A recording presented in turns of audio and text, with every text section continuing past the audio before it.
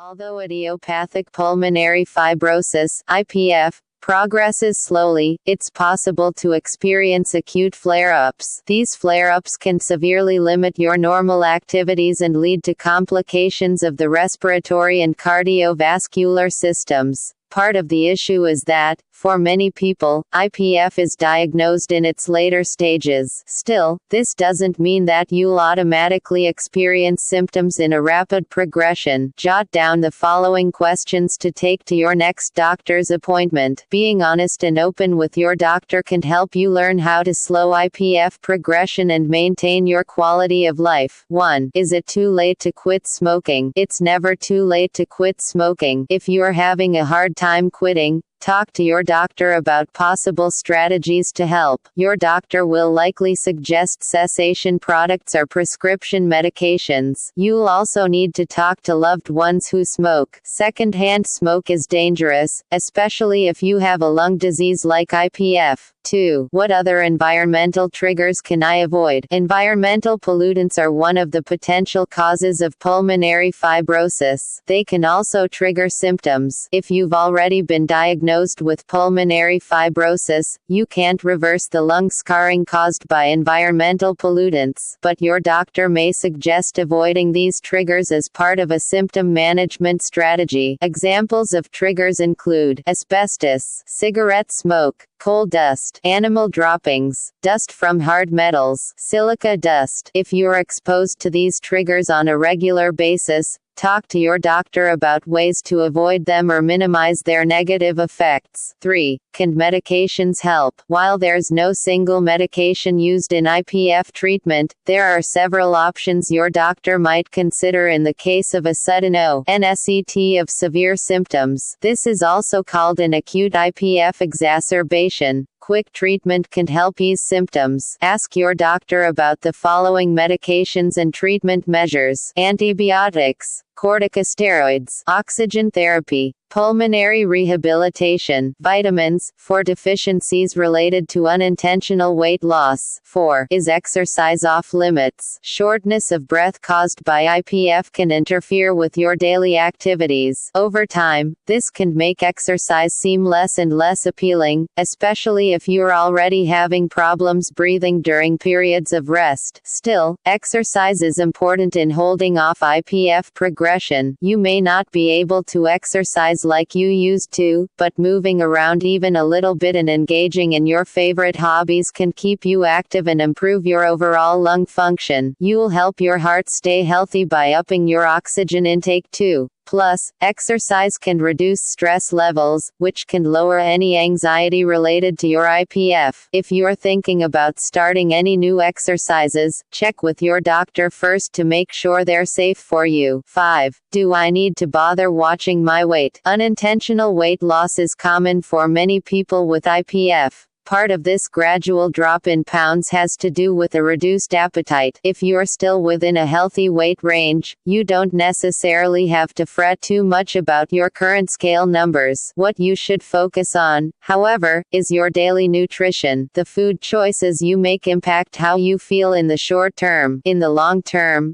good nutrition can even slow down the progression of chronic illnesses. If you're finding it hard to eat regular meals right now, focus on eating smaller bites throughout the day instead. Ask your doctor if you are deficient in any nutrients, and whether they might recommend a dietitian for extra help. 6. Will I need a lung transplant? Lung transplant should be considered in all people with IPF. This type of surgery carries a high risk of infection and your body may reject it, but it's the only cure for IPF. You and your doctor can weigh the benefits versus risks of a lung transplant. 7. What complications will I need to be aware of? Unlike other lung diseases, such as asthma, IPF can affect other body systems. This is because the severe scarring of IPF limits the amount of oxygen your lungs take in and distribute. Over time, this can lead to complications such as heart failure, infections of your lungs, lung cancer, pulmonary hypertension, high blood pressure that occurs in your lungs, reduced mobility from aching muscles and joints, respiratory failure, weight loss,